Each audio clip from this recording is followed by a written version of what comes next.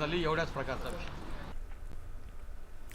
कुणबी, मराठा कुणबी आणि कुणबी मराठा जात प्रमाणपत्र तसंच जात वैधता प्रमाणपत्र देण्यासाठी वंशावळ जुळवण्याची कार्यवाही करण्यासाठी तालुका स्तरावर तहसीलदारांच्या अध्यक्षतेखालील समित्यांना मुदतवाढ देण्याचा निर्णय राज्य सरकारने घेतला आहे.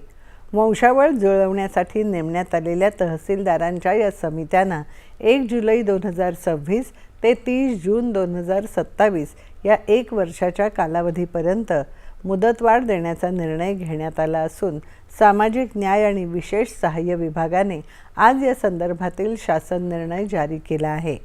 राज्यातील काही जिल्ह्यांमध्ये वंशावळी जुळवण्याचं कामकाज अद्याप पूर्ण न झाल्याने या समित्यांना मुदतवाढ देण्याचे निर्देश मराठा आरक्षण मंत्रिमंडळ उपसमितीने दिले होते.